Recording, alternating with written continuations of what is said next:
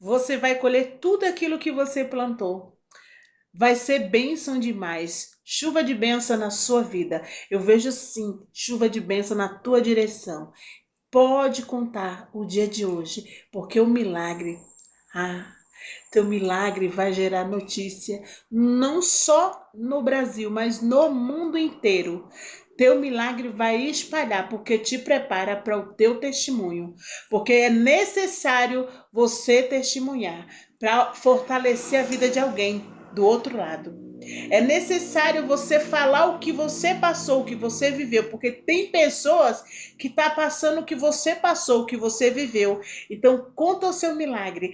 Conta porque Deus, ele vai fazer um novo recomeço na tua vida.